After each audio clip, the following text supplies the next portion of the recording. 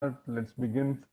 In the last session, we have created one demo program.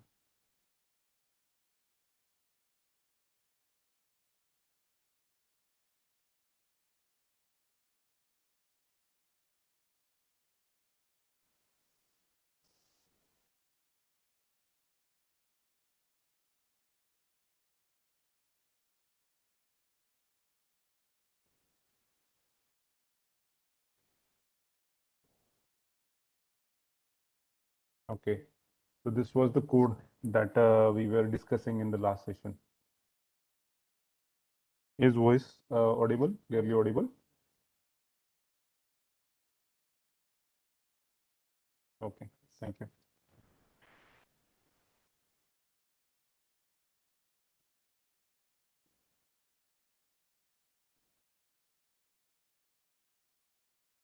Now, let's say what is we have some objective with us. Let's say what we want is uh,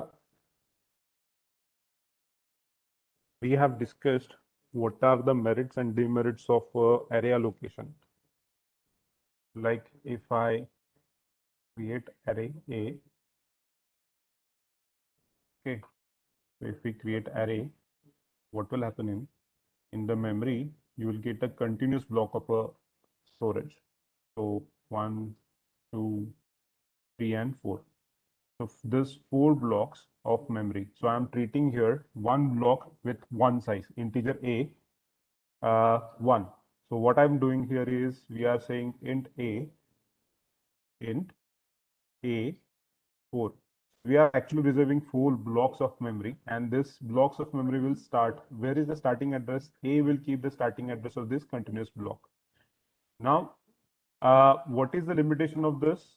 If I use only first block, so I'll be wasting these 3 blocks which have been reserved, and this is the inefficient use. And the second limitation is if I want to store the fifth number, then you are not able to store it because there is no space available, because this block is already been reserved, and here is a possibility that you may have other variable called as int A. In fact, in one of our session, we have also seen that how we can accidentally modify this variable by saying int A of 5. Can you recall that? We have actually accidentally modified the variable which was declared after the array.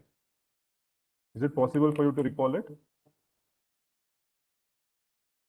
This is not guaranteed behavior. For example, let me do it like this. So I have an array of, let's say, size 2. Okay, and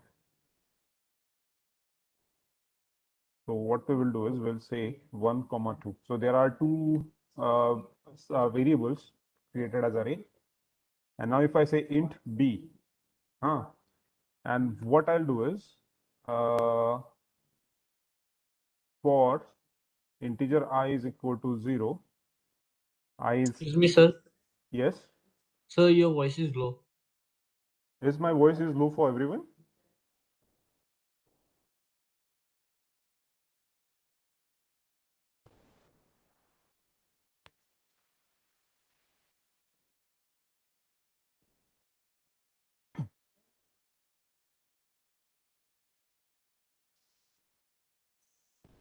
Give me 1 minute.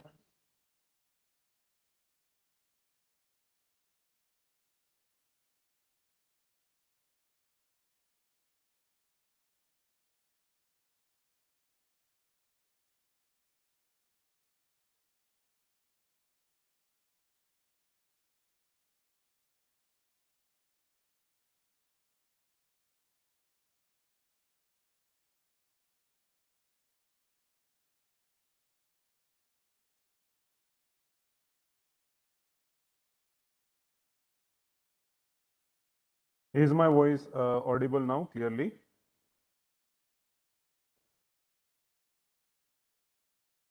Okay. So I have to keep my pitch a bit high, I guess. So this is the scenario that we have discussed in the earlier session, one of the session. Now, if I say I is equal to 0, I is less than 3, I is less than, let's say, there are two locations. So if I modify 0, 1, it will modify 2 locations. But if I say 0, 1, and 2, that means I'll actually modifying 3 locations. So if I do it like this, for I is equal to 0, 1, 2, and then if I say A of I is equal to, let's say, I plus 1. So here you can see that I'm not initializing B, right? So we haven't initialized B. We are trying to modify the values of which we have stored into the array A. So if I do it like this, %d, comma B. If we do it like this, let's try to compile. So it's I have made an error.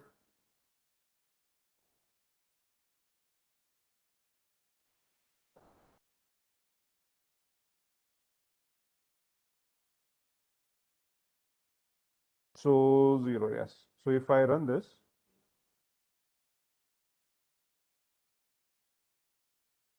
so you can see that I am actually printing B, whereas I'm not modifying B. But what has happened here? So what is the effect of this program? So as we have discussed in the last session, when program starts, it first uses the stack to keep the track of the program. So in the track of the program, main method is the one which is pushed on the program stack. So this is program stack. As soon as the main method has been pushed, computer also creates a variable stack for the main method. So now variable stack for the main method is created, and in this variable stack, you will get exact memory which is required by the main method. Now, what you can see in the main method is there are basically two variables which we have created. One variable, or basically three variables. One is B, and there is a I variable, and there is also A variable. A is array. So let's start reserving the memory. So what we have done is we have reserved memory for A. So A is first location, that is A of 0. Then its second location, A of 1. So this is A of 2. So this memory of A of 2 has been created. So this is A of size 2. After that, we are creating variable B. So a new block of variable B has been reserved, and then you are using I variable to keep track of for loop. So that's it. Exact memory required by the main method is been allocated. Now what has happened is you have in the for loop, in this for loop, you are keeping the counter from I is equal to 0 to 3. So when you say I is going to start from 0 and it will go all the way up to 3, less than 3. So that means there are three valid values of I. One is 0, other is 1, and the other is 2. So these are the three valid values of the I. Now when you are saying A of I is equal to I plus 1, initially I is 0. So in the 0th location, we will keep 1. Then you have A of I, 1. In the first index, you will keep 2. And then you have, then you are saying A of I. This time the value of I is 3. But you can see in the case of a stack, this is not the memory of A. This is the memory allocated to the B. But we know that these are the addresses. And what is the formula to access the array variable? The formula to access the array variable is base plus size of data type, base plus size of data type into index. Yes, size of data type into index. So here I was size of data type into index I. Now initially it was 0, so you came to the first location. Then when it becomes 1, it was 4 bytes transfer, so you came to the second location. Now we are saying base address of A plus index is your index becomes 2. That means you are multiplying the size of the data type with the 2 size. That will allow you to travel from the 0th location to the first, and from first to the very next location. But this is not the location of the array, this is the location of variable B, and you are accidentally modifying it. So what is array? Array is just a continuous block of memory allocated by program for as you are requesting it. So it is like creating two variables, A of 0 and A of 1. And as this is a continuous block of memory, modifying the index of the array, which is not present which is not declared by the array, but you have a declared variable called as B after that, and you are actually modifying it. So this is kind of an overflow, array overflow. Are you with me? You're getting the limitation. So you can't get extra memory. but you can accidentally modify some other's memory if you are dealing with that. Is the scenario clear to everyone? Yeah, okay. Now this is the other limitation. Okay. Now, what is what is the major limitation? Again, as discussed, and now I have discussed this 2 or 3 times. You will get a fixed size of memory. You can't extend it, and if you just using one block, you will be wasting a lot of memory, right? So wastage, that is inefficient use and not possible to extend as per the requirement. Now let's say you have a application. We have discussed this application while discussing the memory allocation question. Like if you don't know what are the number of records that you want to initialize before the runtime of a program. Let's say you are creating an application for OPD. Let's say OPD, and you don't know how many patients are going to visit. So let's say visitors count you want to keep. Now you don't know how many visitors are going to visit. So if you use an array structure, you may have to assign some average value that you expect average number of visitors a day. Let's say average number of visitors for a particular day is 200, then you have to create array of size 200. What if in that day only 50 visitors visited those OPD? So you are at the waste of 150 locations. So this is the wastage. And what if the 250 patients visited the OPD that day? So you are short of 50 locations in this case. So this both scenarios in the real life, it is not possible to manage it with the help of array. So we take help of memory allocate function, which will allow us to reserve a memory on the heap area of a computer. So up to this, I hope every point is clear to all students. Yes? Yes. Okay, great. Sir, Yes. sir, what if we declare array after declaring variable b? So will What it if you? change the?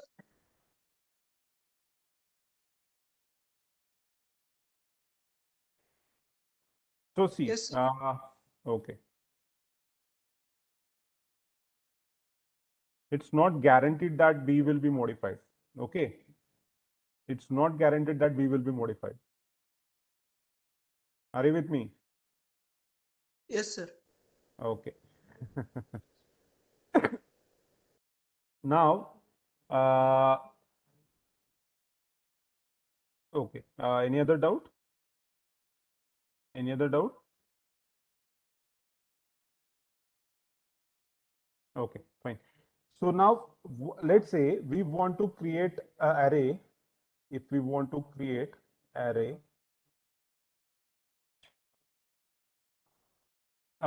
we have two sorts of memory. This is the array. Let me modify the same program. Let's say I have reserved two blocks of the memory, right? I have reserved two blocks of memory. It means that you have B of 0 and B of 1. So these are the two blocks which are reserved.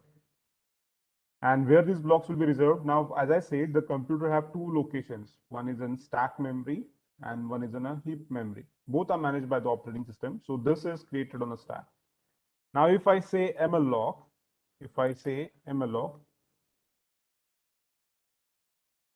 and if I say 2. Now I assume, guys, we know that integer is going to take 4 bytes. So in reality, when I'm saying int b of 2, that means I'm reserving two integer variables. So right now in the system, this is the first line is reserving 8 bytes of memory. Are we clear with this? The first location is reserving 8 bytes of memory.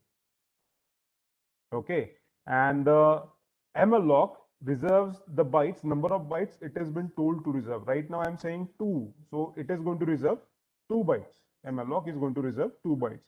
So why I'm keeping 2 in the both cases, just for the understanding. We will treat that 2 units of memory in the array and 2 units of memory in the malloc, despite of the size. Okay. So with respect to units, how many units of memory been allocated? Unit could be byte, could be bit. So irrespective of that, what I am saying is array is reserving 2 units of memory and malloc is also reserving 2 units of memory. But what is the difference? This malloc reservation happens on the one tree structure. Malloc reservation happens on the tree structure. So here you reserved 2 blocks of memory. Now let's say one may argue, sir, here also we are reserving 2 blocks, here also we are reserving 2 blocks. That means at the runtime, before running the program itself, we are telling the system that I need 2 locations, right? So what is the use? Because you may start with using only one location. So you used one location. This is the wastage of a memory. So you are actually still dealing with the first problem set. That is, you are wasting the memory if it has not been required. So what we can do is, instead of reserving 2 bytes, we will reserve 1 unit of memory. So that is possible. So what happens here is, in the MLOC, you reserve 1 byte of a memory or 1 memory unit. And let's say you utilized it, you used it. Now, this array is a continuous block of memory. You have 2 locations and you need to just keep track of first address. So in the case of array, you need to just keep track of the first address, base address, BARR. If you know BRR, you know how to go to the next location. B of 0 will lead you to the first location and BRR of 1 will lead to the second location. But in the case of heap, let's say I need another memory. If I need another memory block, if I say, is the recording on? Let me check. Okay. So if I say malloc 2, or let's say 1, another memory size. So I am reserving 1 more memory location. So what will happen in this case? The line number 9.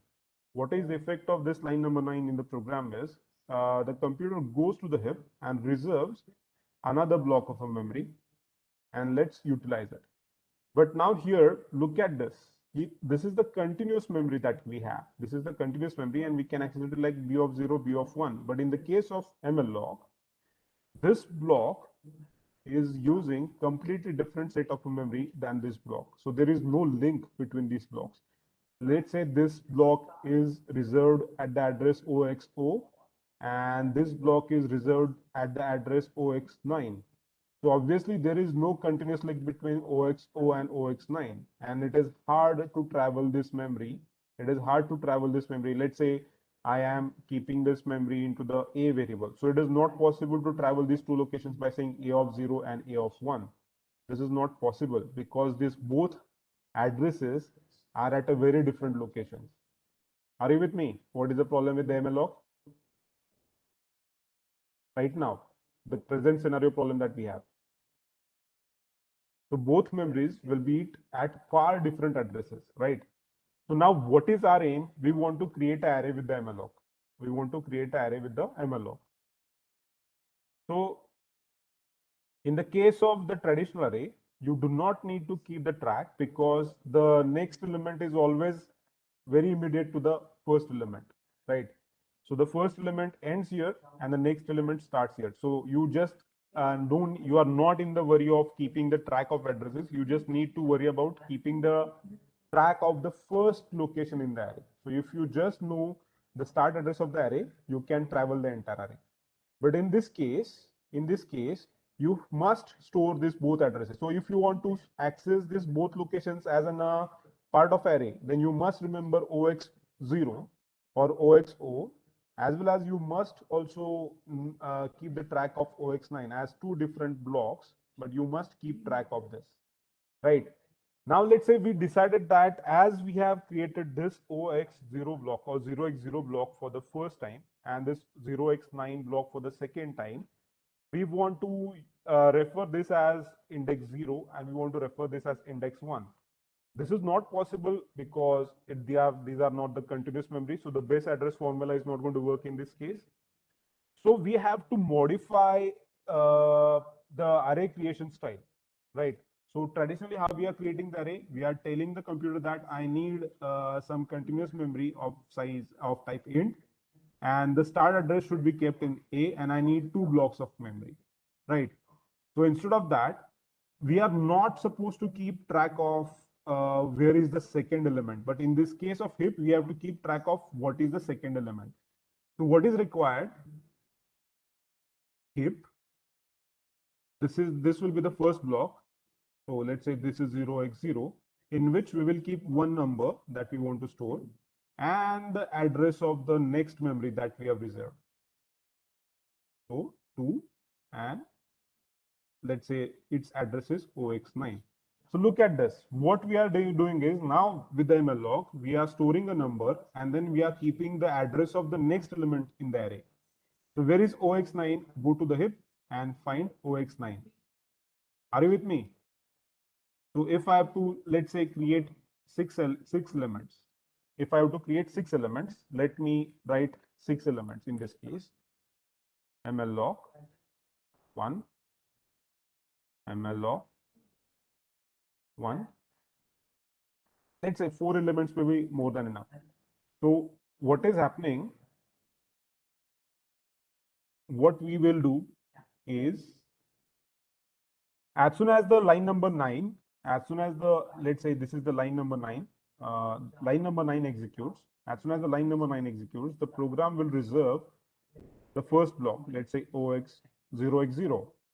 As soon as the second line executes, the program will reserve the another block called as 0x1.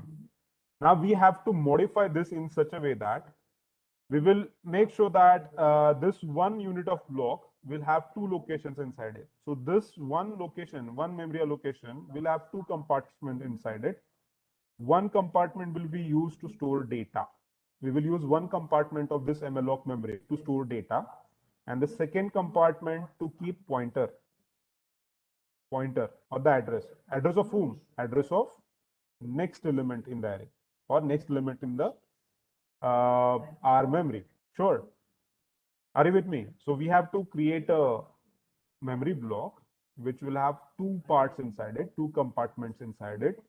One compartment will be used to store data that we want to store, and the next compartment will be used to store pointer to the next element. Pointer to next element. This is the data that we want to store.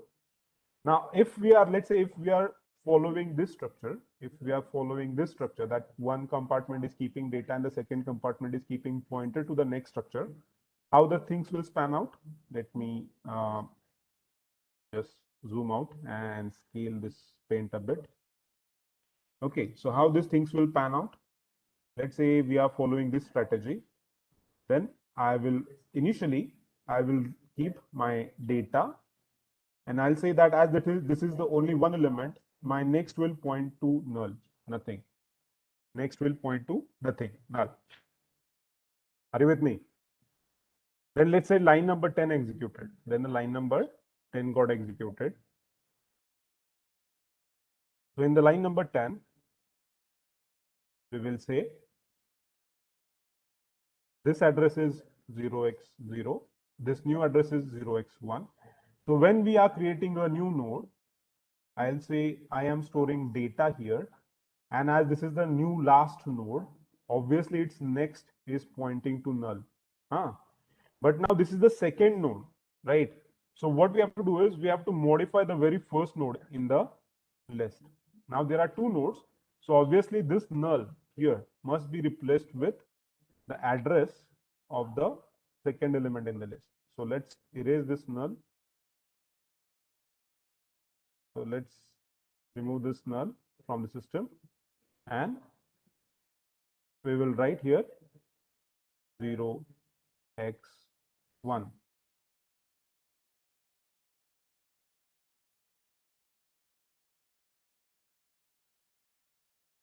Are you with me?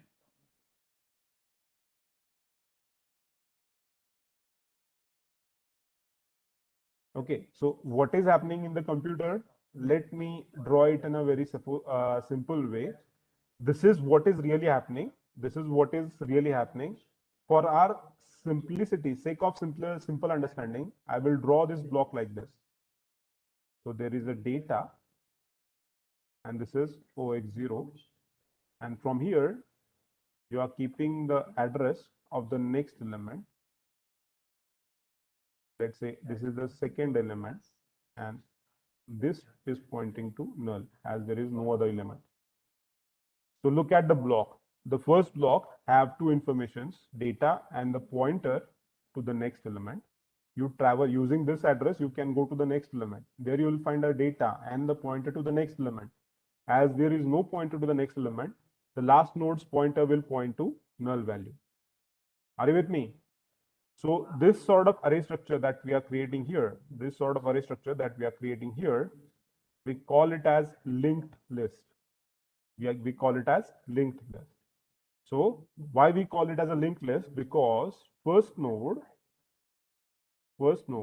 is pointing to the second node. The second node, if we create another node, then the second node will point to the third node, and so on till the last node, which will point to null. So as each node is pointing to the very next element in the list, so there is a link. This is called as a link between two nodes. So link 1, link 2. As there are link between nodes, we are going to call it as linked list. Are you with me?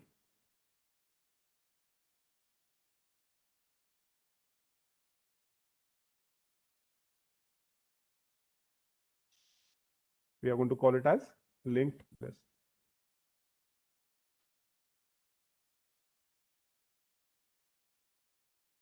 Sure?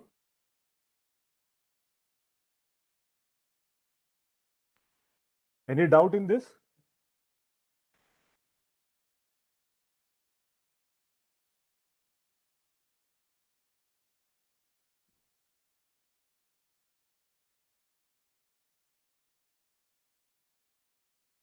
Okay.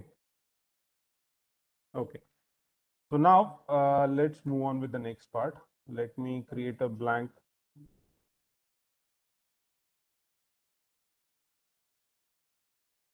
So if I say integer a, then you are reserving 4 bytes. That's a predefined data type. We call it as a predefined data type, right? But this sort of data is not going to help us. What we want this customized data. What is this customized data? I want to keep data and a pointer. So this sort of data type is not predefined in C. This is not predefined in C. So we have to create this sort of structure. So I am using a word called as structure. So we are supposed to create this structure. Now we have to pick what data and what sort of pointer we want, right? So let me say I am creating a structure and I'm calling it as a node. This is the standard name that has been used to create this, because this is called as a node, which have two parts inside it. One is data and other is pointer. Now if let's say I want to create a structure node, we know that I need two things inside this structure. What are the two things which are required? The very first thing is I need data inside it, and I need a pointer. So this pointer is supposed to point to what? This pointer will point to the next element, which is again having data and a pointer. So this is a pointer to a structure. So I'll say, what is the type of this structure? This pointer, struct node pointer, because this pointer is going to point to a next node, right? So the data type of this pointer will be struct node. And now what information you want to store? You want to store character, or you want to store integer, or you want to store a string, or you want to store something else. Whatever you want to store, give that here. For the sake of simplicity, as we are creating array, I'll write int. So this is how my structure definition will look like. If I write it in a bit clean way, the structure will look like this. Struct node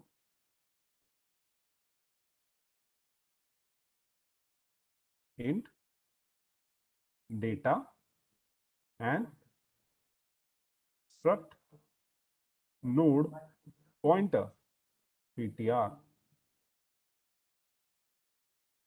So this is my structure definition. And how this is represented in the computer? This is represented in the computer like this: a data of type int and ptr to the next element. Are we sure? Any doubt in this?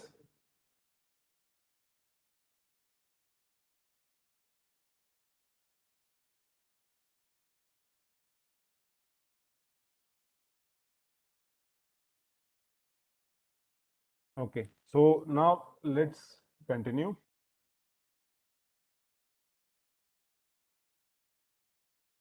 Before proceeding with this, what we will do is,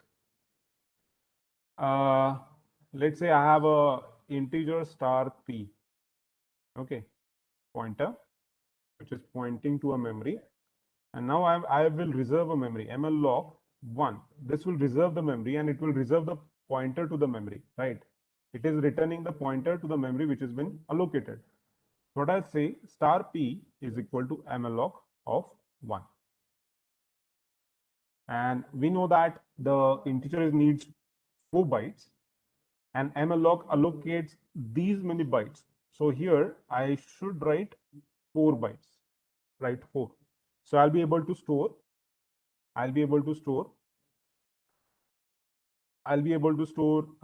one integer using this.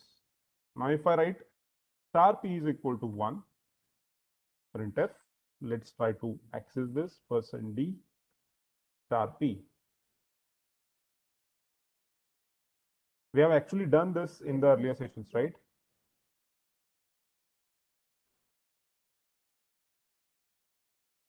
So you can see that we are storing 1.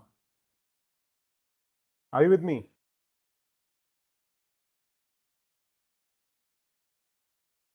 Any doubt in this program?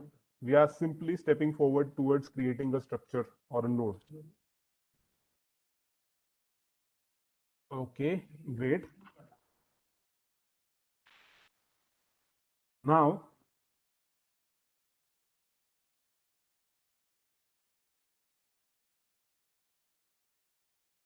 struct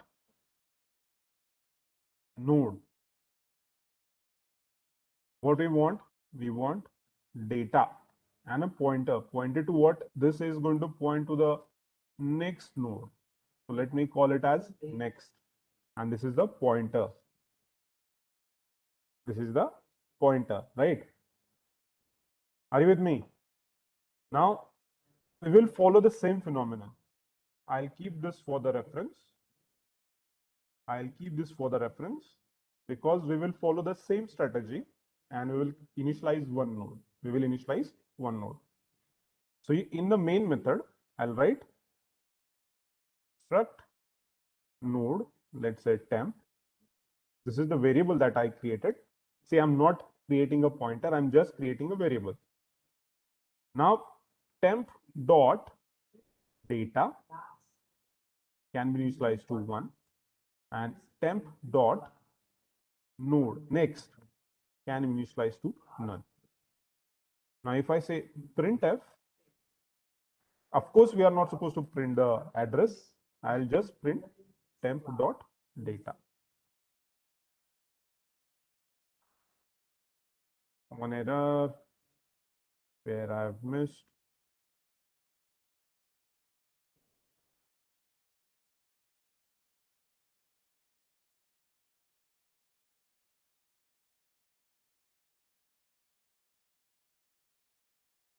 So operator.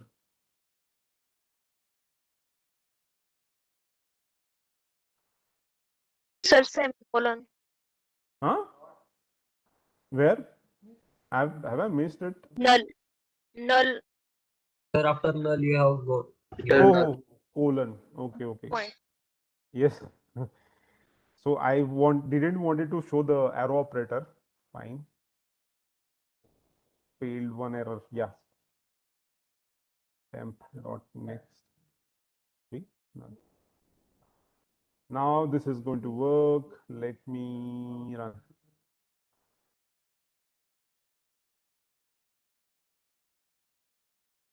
So I should have kept some other value. Can you see 11 here? Can you see 11? One is for the integer and one is for the data. Sure. So this is working. Now, there is a difference in what we have done here and here. The difference is here I'm not saying like integer k is equal to 1 and I'm not printing that k here. What I'm doing is I'm using mloc to allocate a memory. But in this case, what I've done is I've followed the this approach, second approach, integer k, I have created a simple variable and initialized its both data compartment and the next compartment, and then I'm printing out the data compartment. Yes, I haven't allocated a memory using malloc. So what is the difference? This integer p will be created on a heap. This k will be created on a stack, and this structure will be again created on a stack, not on a heap, because the memory is not been allocated using malloc. Are you with me? Are you with me? Anyone have a confusion? Anyone have a confusion? Yeah, okay.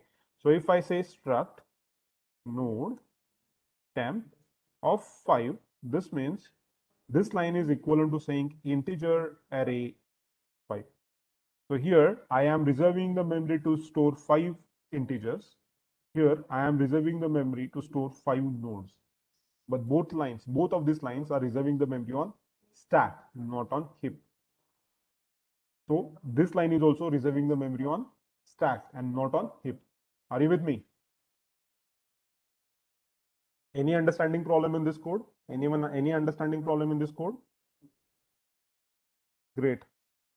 So let's modify this memory from the stack memory to the heap memory. Let's modify this stack memory.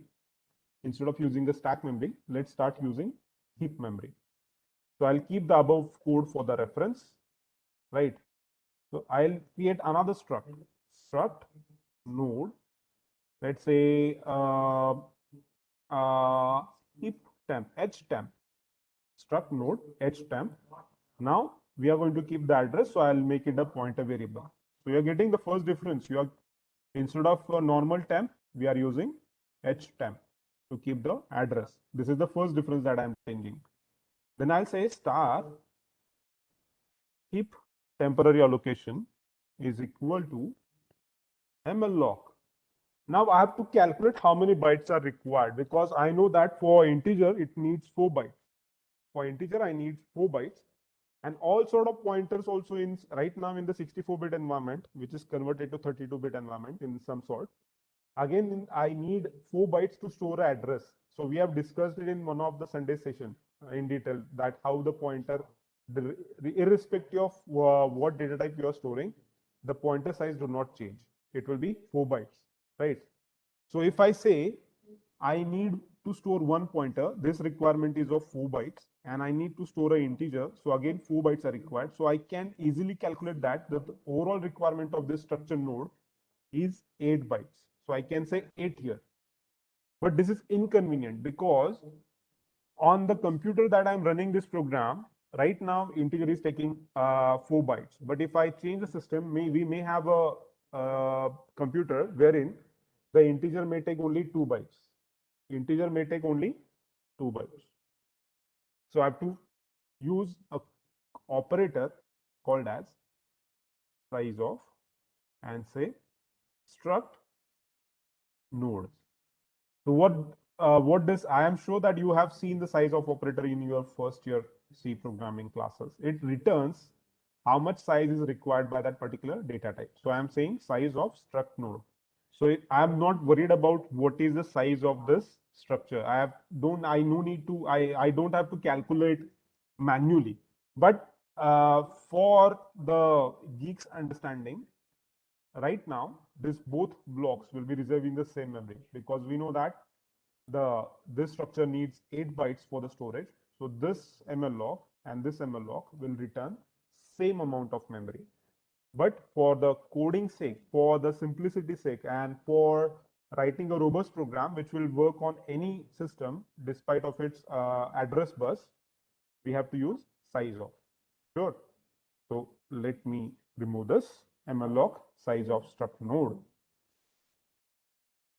Now, what we can do is we can say star h temp is the address, right? So there is arrow operator using which we can access its members. So data is equal to 1, and h temp next is equal to null. And now here I'll just use h temp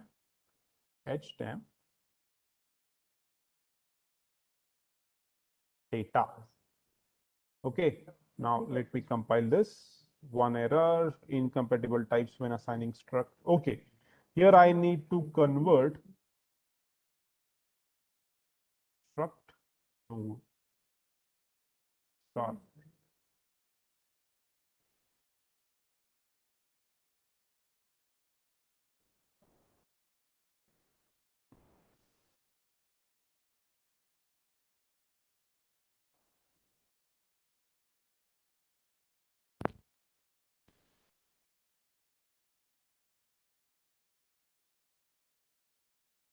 Yeah, so it is a simple thing. I guess here also I don't need this right now. Let me try with this. I don't need this.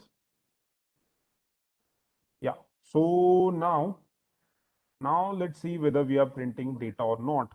So data is equal to better, right? Like this, h temp of data is equal to, and here is the printf. After this, I'll put a slash n. After this also, I'll put a slash n.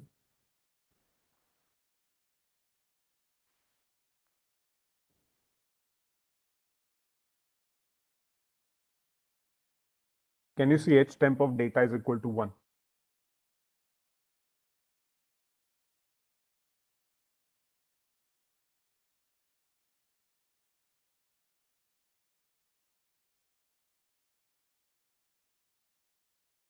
Okay, now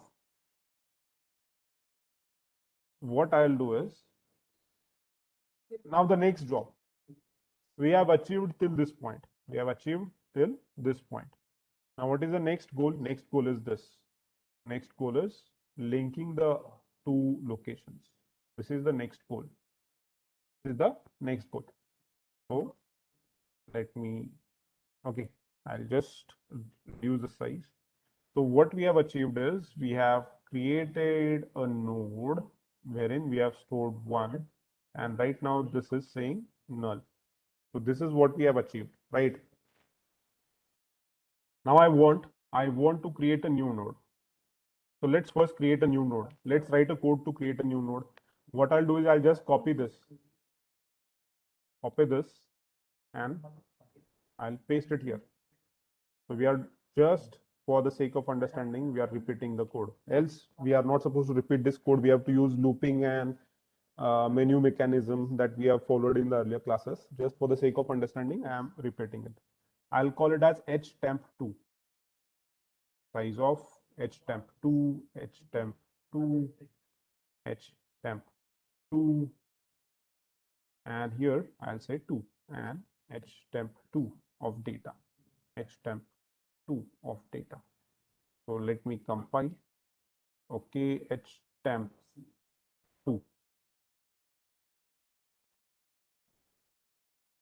Now if I run, we have htemp1 and htemp2 both printed.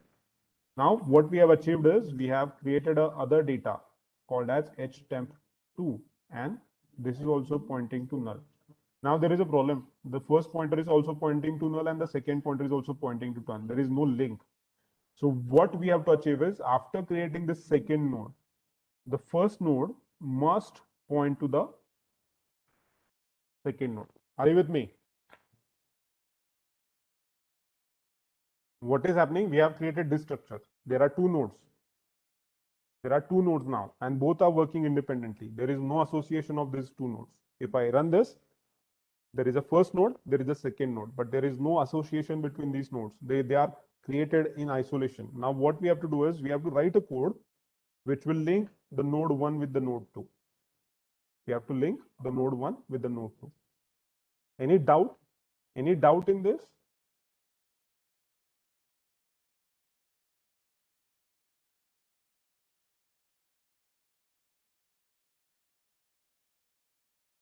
Okay.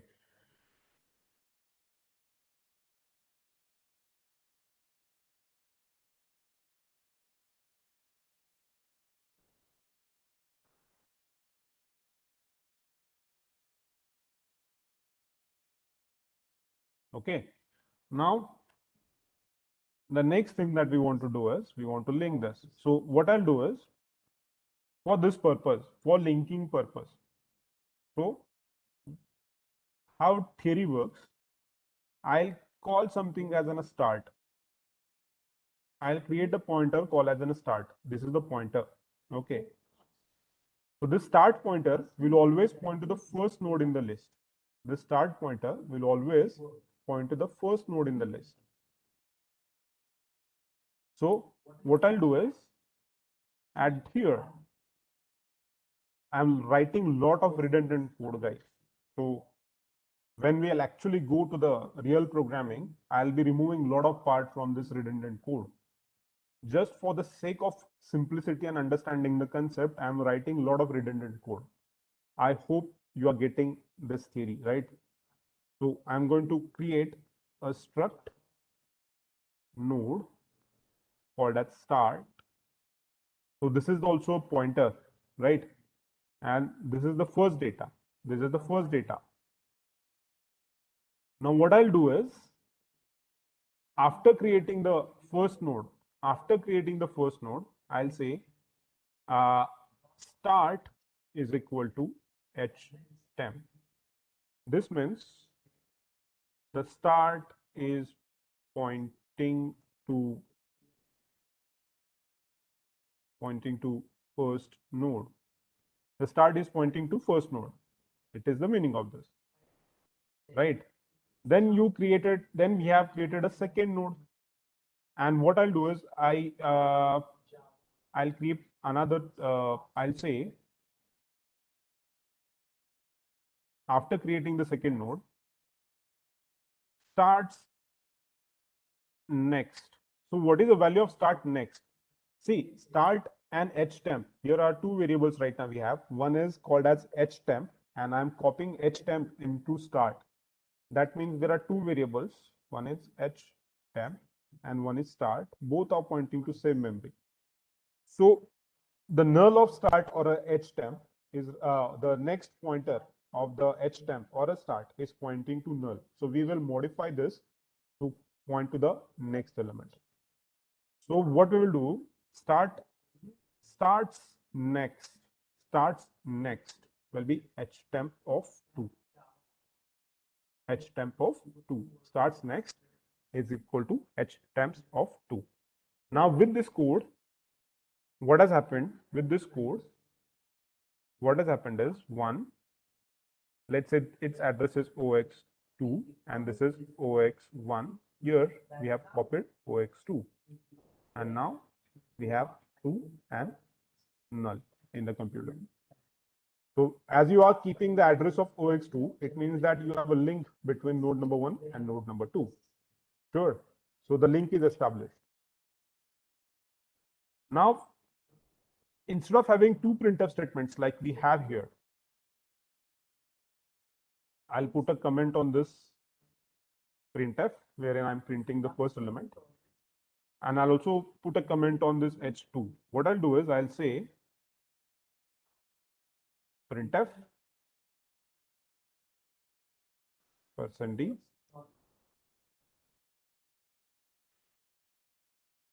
data, print this,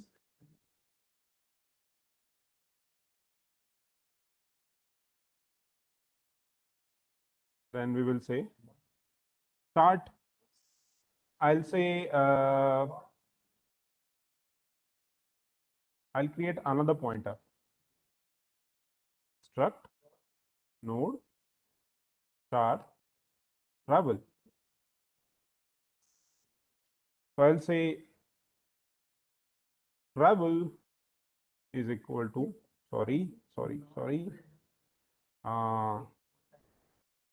here travel is equal to start. So I've created two pointers now. I have created one more pointer called as travel. I'll explain why I'm creating one more pointer called as travel. Now I'll say here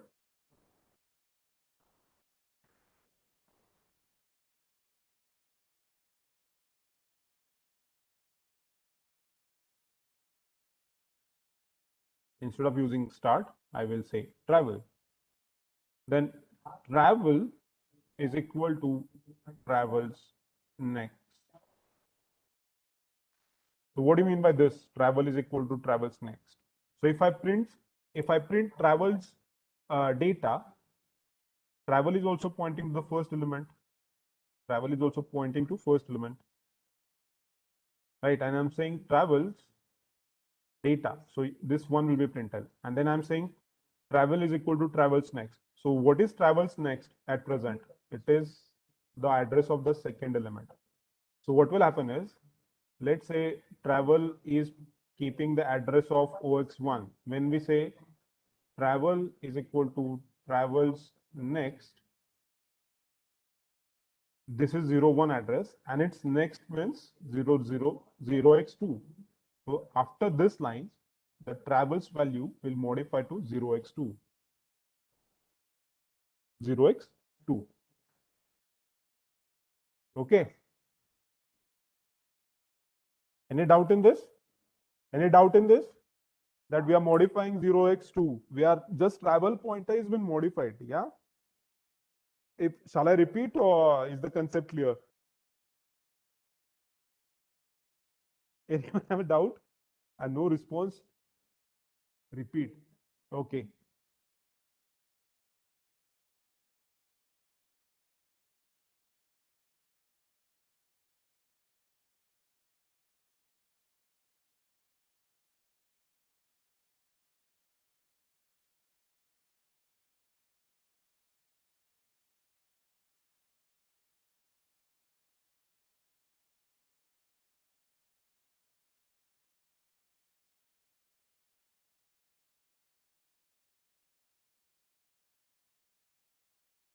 Up to this is clear.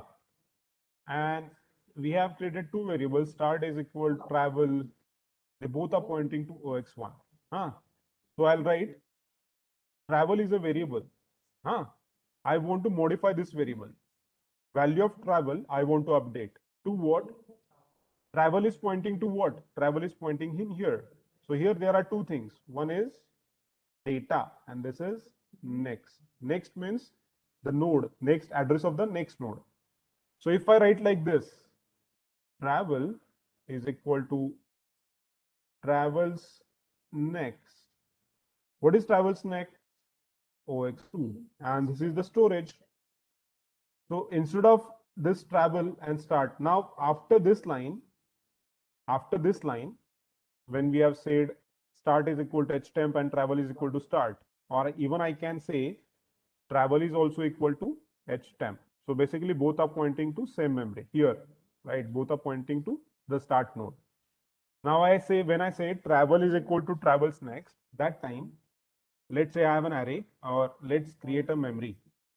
So in the computer, we have 3 pointers. One is htemp, one is start, and one is travel. So these are the 3 pointers. Initially, all of these pointers are pointing to OX1. Then I said travel is equal to travels next. So what is travel? Travel means 0x1. 0x1. This is the address.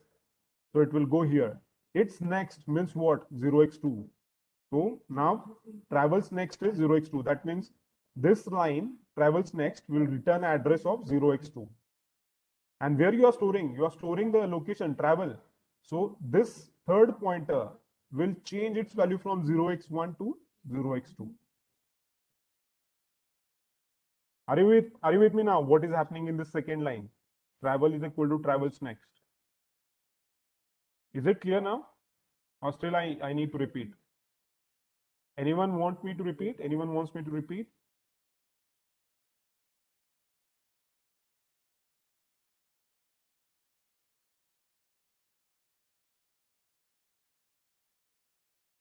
Anyone wants to repeat?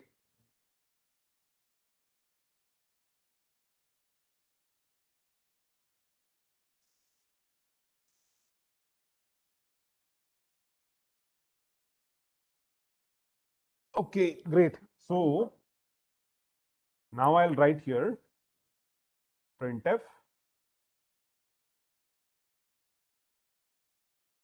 First, no, sorry, it is now second node.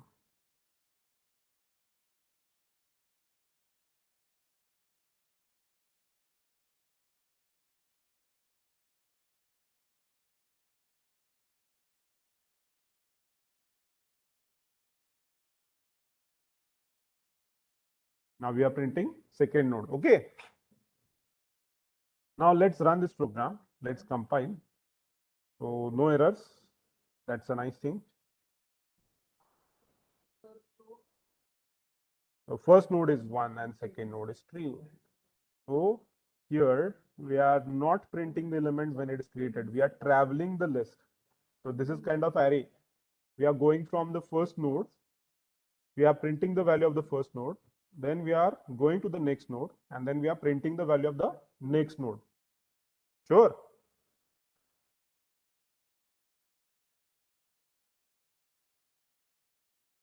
Okay. Now, if I add third node, you have to repeat this code. So how I'll create the third node? Of course, I'll repeat this code. Right? And I'll have a next third node. Now, I want you people to create a menu-driven program for a linked list. With this knowledge, will it be possible for you to create a linked list program? This is called as a singly linked list. Whatever structure we have learned here, we call it as a singly linked list, because we are keeping one data and there is one pointer going to the next node. So again, we have one data and a pointer. Then from here, we will go to the other data and then the pointer. So as there is a single pointer, this structure is called as a singly linked list. So will it be possible for you to implement a full-fledged program? Right now, we are traveling only 2 nodes. Is it possible for you to create a menu-driven program, like create node should be the first menu option, and the second menu option is display list. Then you have to travel the entire list, and the third menu option will be exit. Will it be possible for you to create it, or shall I go in more details of how you will add the third node? Give me 1 minute. Too many overlapping windows are causing shared content to be blocked by the operating system. Are you people able to see the entire window, or there is an issue? Yeah, okay. Now, just wanted to ask you,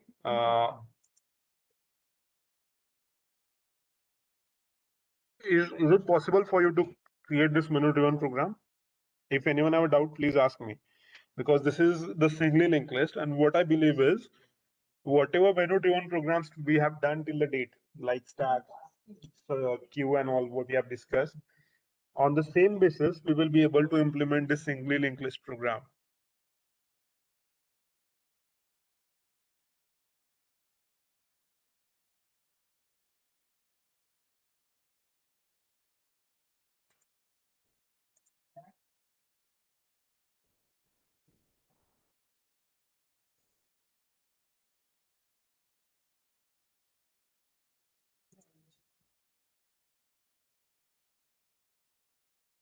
Ms. Dhanashree Zadav, is the singly linked list clear to you?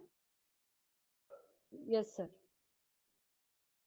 Okay, Pranav, Samant, is this list too clear to you? Yes, sir. Pratiksha,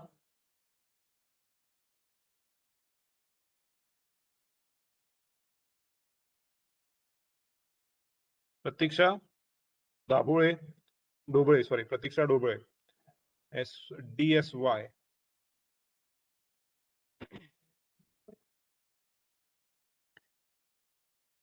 Priya Lokhande,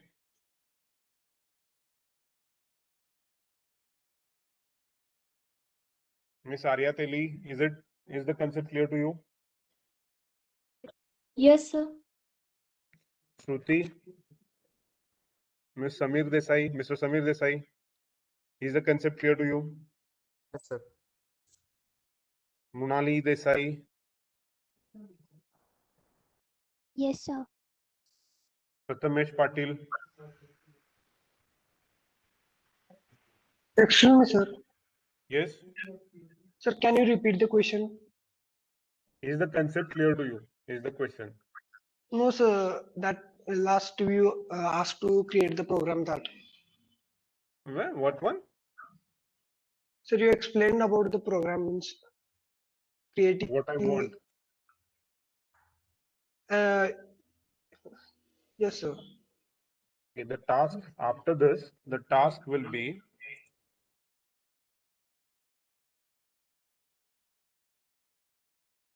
this will be first menu option. Display list will be the second menu option.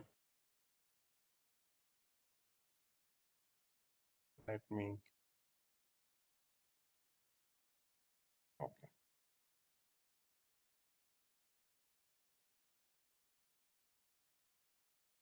Create node. I hope the handwriting is a bit better. Now display list, and the third option is exit. So let's say you selected the create node for the first time. So you will create one node. Let's say one and null. Then if you call display list, then this one node, single node created should be displayed. For the second time, if again you select this create node menu, then you will create another new node. You will put a new value inside it. And now this first node's next, let's say this is 0x1, this is 0x2. So this next will be pointing to 0x2. That is the next node. So this is the logical link between the node 1 and node 2. Now if you say display option, display list, then this both, it will first display node number 1 value, and then it will display node number 2. After this, if you again select create node, then it will create a one more node, 3. Let's say here we will point 3 now. This is the address. So it means again this is a logical link between the first node and the second node. If I call display now, so will it be possible to create this basic program at least? Will it be possible for you people to create this basic program at least? Anyone will have a difficulty in this, or it will be, you will all be will be able to implement it, whatever we have seen based on that. But I want a menu driven program, and it will follow all the logic that we have developed till the sessions. Like we will need this while one, then switch keys, this all traditional logic that we have applied in the earlier sessions. This all logic will be there as it is.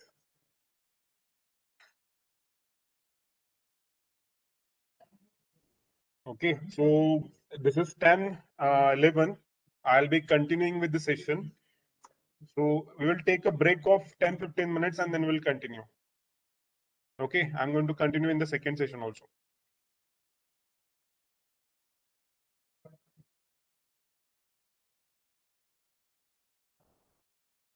So exactly 10 minutes break we will take and we will continue. No need to leave the meeting, be in the meeting. We will start exactly in 10 minutes and we will continue with the single linked list. This is just adding a node in the list and displaying the list, but there is there are more operations on the list. We will see what are those operations. Okay.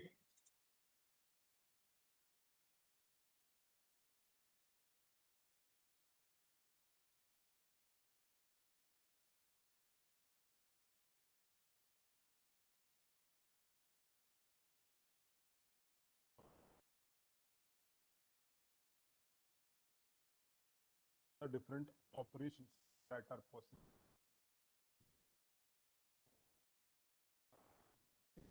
Operation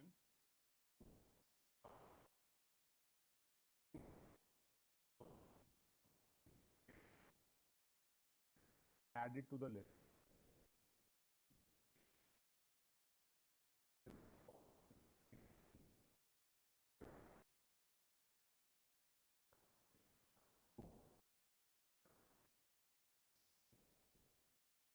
Now insert at the end. So when we create a node, We are actually inserting it at the end of the linked list. Now, as I've discussed in Excuse the me, last, sir. So your voice is very low. We can't hear you properly.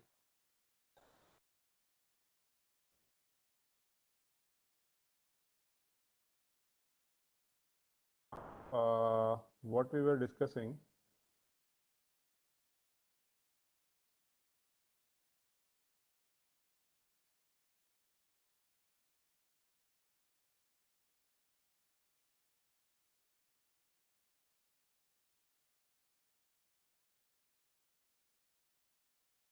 this is creating a node and adding the node at the end of the list. So this is the operation.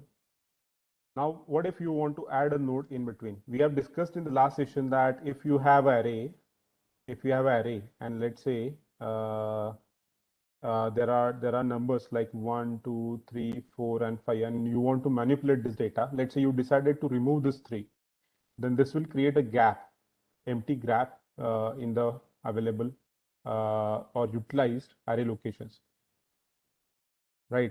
Then you may have to shift this 4 to the earlier location and then 5 to the earlier location. So that's a tedious job, and that's why we call it as manipulating the array location is a bit tedious job. So instead of that, let's try to remove a number in between. So for this, what we'll do is we'll assume that there are 5, or let's say assume that there are 4 nodes in the list. So to compare how the list operations work with this is the array scenario. Let's compare it with the linked list scenario. For that, I'll assume that there is a list with 4 elements.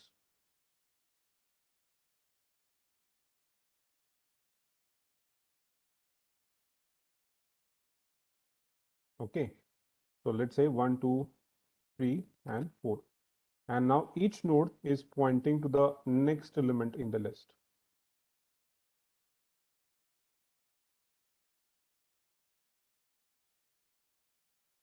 Now here, this is the address 0x0. Maybe this is the start. And here in this location, you are keeping the address of 0x1, which is the address of this 0x1. Here you are keeping 0x2, which is the address of the next element. 0x3, which is the address of next element, 0x3. And here we have null. Now let's say we want to drop this. So dropping this is a very simple stuff. What you have to do is you have to change this pointer, next pointer of second node. This is the next pointer of the second node. So this next pointer of the second node, instead of pointing into 0x2, which is the address of the third element, if you change it to point to 0x3, if you change this value instead of 0x2 to 0x3, in that case, this link will start pointing to the very next element. Sure, and this third node will be dropped. So if you just change it like this, 1, 0x0, then let's say you have 2, and here 0x3. So a logical link, and you will have 4, and this will be pointing to null. So you have basically dropped a node, and as you can see that the node is removed. Okay, so node is dropped from the linked list. So you have removed 3 from the array. Let's say this is the example. This will be the resulting array. If you just remove the value of 3, this will be the resulting array, that there is an empty location here. But here you can see that the linked list have simply dropped the node. Okay, but now we have one problem in this scenario. Let me just zoom out this bit. I'm sure that you are able to recall from our earlier sessions that whenever we allocate a memory on the heap, let's say 1 block, 2 block, 3 block, I have stated this many times that you have to use something called as free and then pass it the pointer or the address of the memory that you want to free. Let's say this location is 0x1, this location is 0x2, 0x3, and 0x4. Let's say you want to free this memory 0x3, then you have to pass it to the free 0x3. Of course, this is a pointer variable, so I have to write free 0, let's say PTR, which is pointing to the third address. Then only this block will be removed.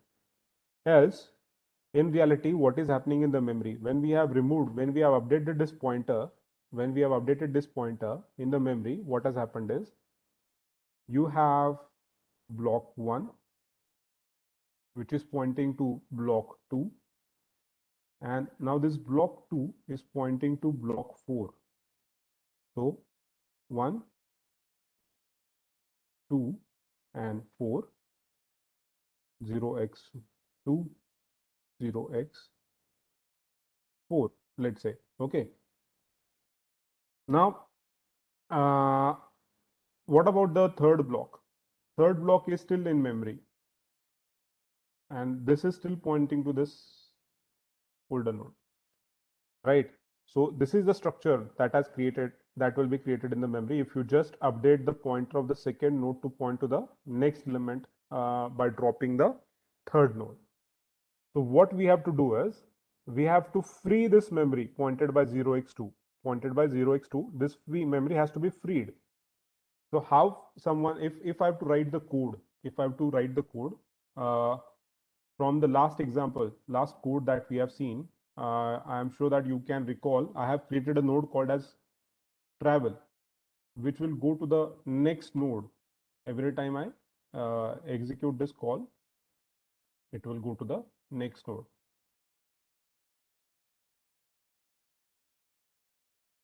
So let's look at this. So here we have saying that start is equal to first node and travel is equal to first node.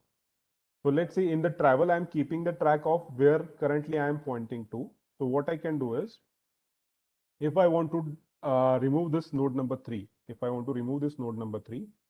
I'll take care of writing code like this. Travel is my pointer, which is currently holding the address of 2. So here I am, travel. Okay, and travels next is pointing to 0. This is this node. So what is travel? If travel is 2, then obviously travels next is pointing to third element, right? And what we want is thirds next. Who is thirds next? Thirds next is 4. We want this travel to point to a next element of 3. So if I write like this, travel is equal to travels next, logically. Are you getting this code? Travels next is means whom? Travels next is 3. And who is this? This 3 is next. This 3 is next is 4. So automatically travel will start pointing to the fourth element. Are you with me?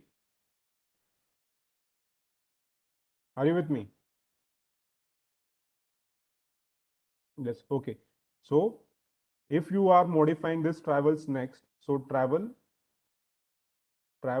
next address you need to be modified. Travels next address need to be modified. You will write it as to whom the travel is pointing. Travels next is this. Travels next is 3, right? So travels next address you have to modify. This to the travels next. Now it will update this 0 to point to keep 0x3 before modifying this, before doing this operation.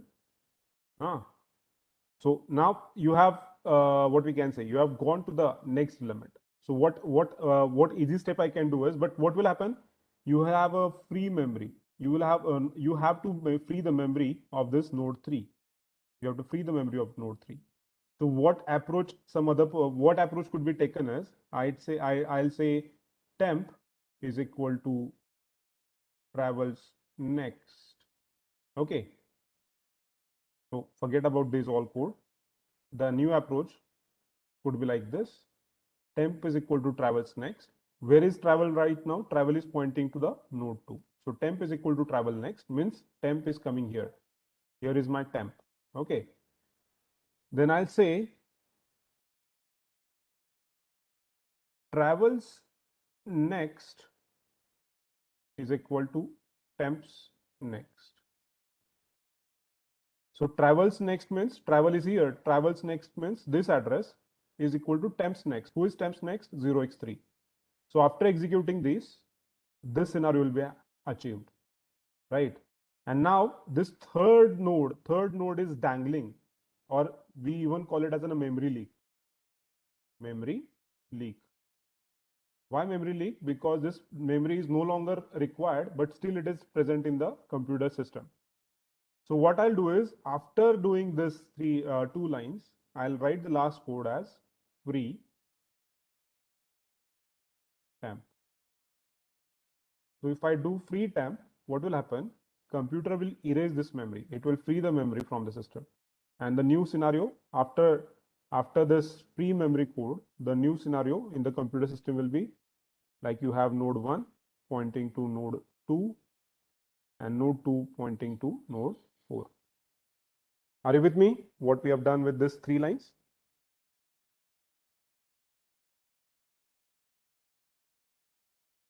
Is these three lines are correct? Anyone have a doubt? Temp is equal to travels next is equal to temps next, and free temp. That is removing the node in between. Yes. Now let's again, this is called as remove in between, removing the node which is present between two nodes. Okay, so this is one of the operation. Let's then again compare with the array. What is the another situation that was problematic with the array is data manipulation. Let me pick up this. What is the other situation which was problematic in the array? Let's say I have this array 1, 2, 3, and let's say 5, and we have one more location. Now I want to insert 4 in this array, and I want it to be in sorted order. I want to insert 4 and I want this array to be in sorted order. So how you have to proceed is, you have to shift this 5 from here to the last location and then copy. So shifting is the one operation, and then after shifting this, you will copy the new element 4 and 5. So this is adding in between. So we have seen removing in between the nodes. Now let's see how to add a node in between. So this is how the array has to be handled with. If we are trying to insert a value between two numbers and we want it in a sorted way, maybe ascending or descending, whatever order you want, but we want it in an ordered format. Let's see how the list will handle this situation. Okay, so let me expand the pane a bit. Now let's say this is our scenario. We want to insert four node number 4 in the list.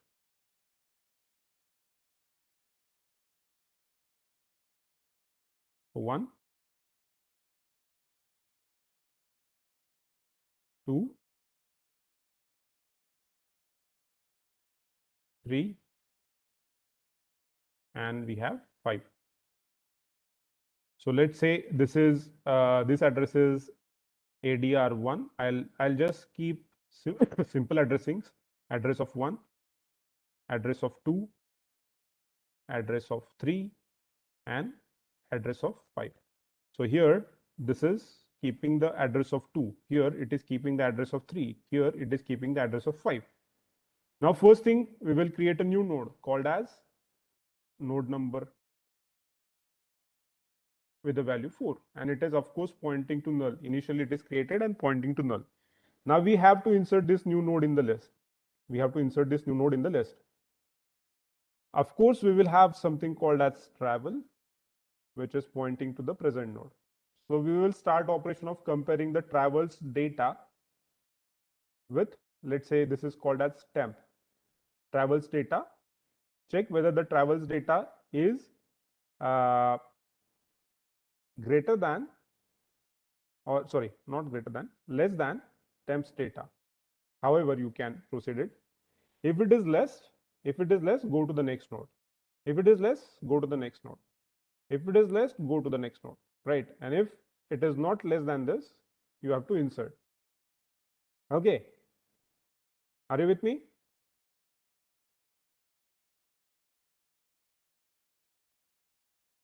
Yeah, okay. So what I'll do is, I'll write the code.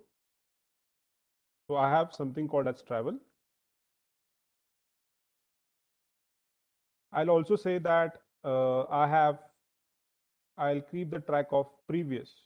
Right now, previous and travel will point to same thing. So I'll say I have previous and travel here. Now I'll say first thing is temps data, whether it is less than travels data. Now temps data is not less than travels data, or let's say if temps data, let's use a positive condition, if temps data is greater than travels data, which is true. If this is true, or let's say while 1, I can loop it. If this is true, then travel is equal to travels next. Sure, travel is equal to travels next. So after this travel come here. This travel will come here. And my previous node is still at the first node. Okay. Now after coming in this, I'll again compare whether my temps, sorry, not temp now. Yeah, temps data is greater than travels data what. Now travel is here, previous is here, temp is 2. The travels data is 2 and the temps data is 4. So still it is not right. So again, you will say that travel will go to the next location. So travels next, travel is equal to travels next. So before proceeding to the next node, now I'll take precaution of one more operation. What I'll do is, now before, if this condition is true, if still this condition is true, I'll take precaution of saying previous is equal to travel and travel is equal to travels next. So what will happen is the travel will shift from the ADR to ADR3. So now travel will come here and the previous will come from node 1 to the node 2 previous. Now if we repeat these 3 steps, what will ultimately happen is you will come to the situation that travel will reach here. The travel will reach here and the previous will be here.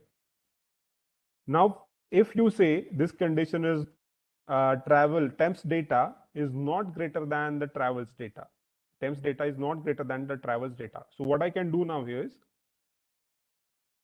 previous next. So we have now temp here. Now we have a previous and we have a travel. So actually I have 3 locations, right? And I have to insert this in between. So while inserting, if you just remove this link, if I directly change this link, then I will lose this pointer. My travel is there. So I will lose this pointer, right? So what I can do is previous next is equal to temp. Effect of this link will start pointing to temporary data and this link is erased. Now the next thing is temps next is equal to travel. What is travel? This. So temps next becomes start pointing to travel. So after these 2 operations, previous next is equal to temp and temps next is equal to travel, the new list will look like this. 1, 2, 3, and 4. And this 4, sorry, I've dragged a bit. So, and after 4, there will be a fifth element. So this is called inserting in between. So we have seen removing the element in between. Now this is inserting a number or element or a node in between the linked list. Is this operation clear?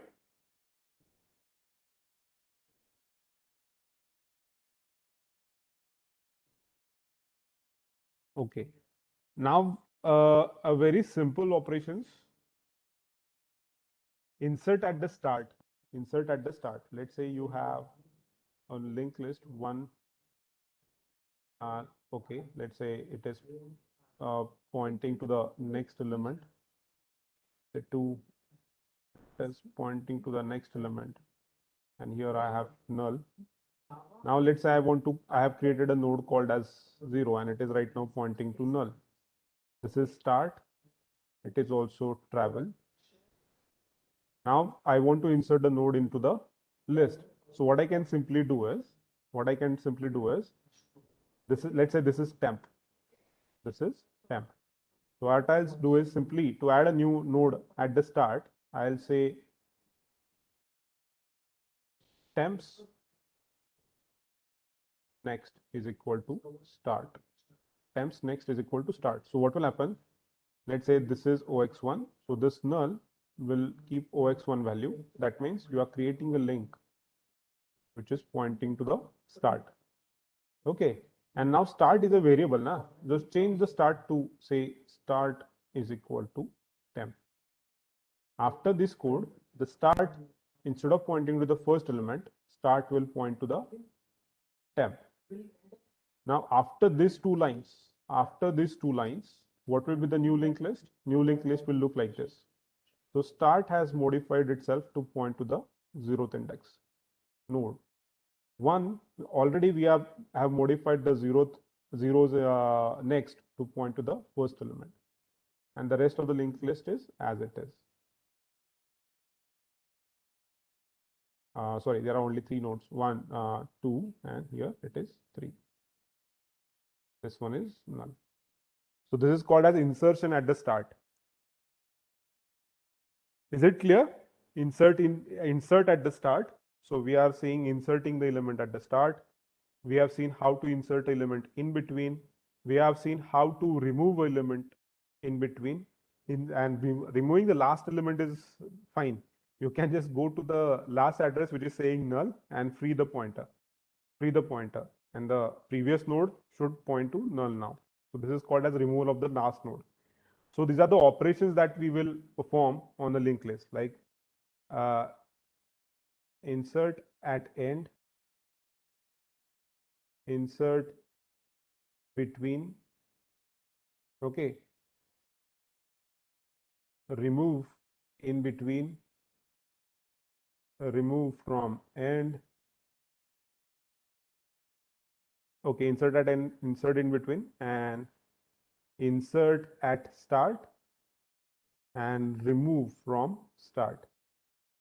So basically 3 inserts and 3 remove.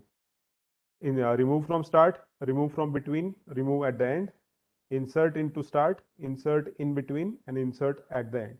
So these are the basically 6 operations that we can perform on singly linked list. So this is called as a singly linked list. Is the singly linked list concept clear to everyone? So we have to implement these 6 operations on the singly linked list. So let's take some time to digest the concept of singly linked list. And immediately after this, there is a linked list. We can now implement a stack using the linked list, right? So we can now use this. What is this? This is the array created using the linked list. This is the array which is keeping number of elements, and we are just creating the array with the help of MLlog and structure. So if we can implement a stack with the help of array, we can implement a stack with the help of a singly linked list, right? In the same way, we can implement a queue using a singly linked list. So whatever we have done with the array, we can do it with the singly linked list. Now the next concept is called as doubly linked list. So there is a possible way of creating a structure wherein there is a data, here it is a next, and here it is previous. Now this node is having two pointers. One is pointing to the last node, one is pointing to the next node, and in between we have a data. So this is called as a doubly linked list because we have double pointers inside this. So let's take some time to digest the concept of singly linked list. Let's try to write the program for singly linked list, all operations: insert in between, insert at the end, insert at the start, remove in between, remove at the start, and remove at the end. And then we will proceed with the concept of doubly linked list. So if anyone have a doubt, session is open for the discussion. Please ask.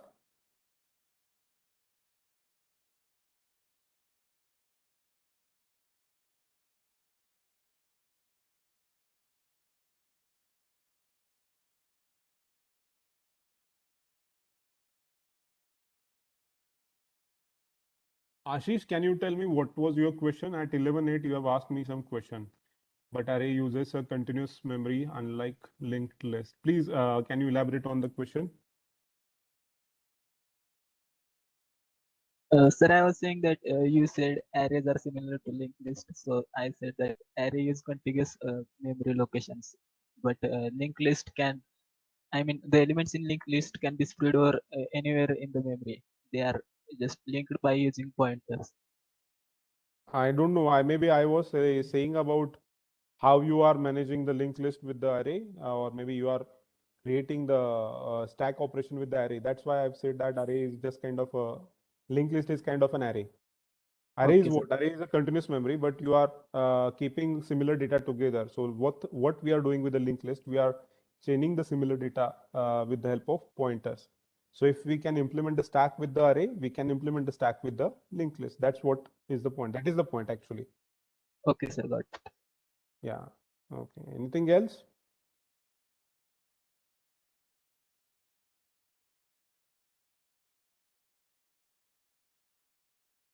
Okay. So let's break for the session, guys.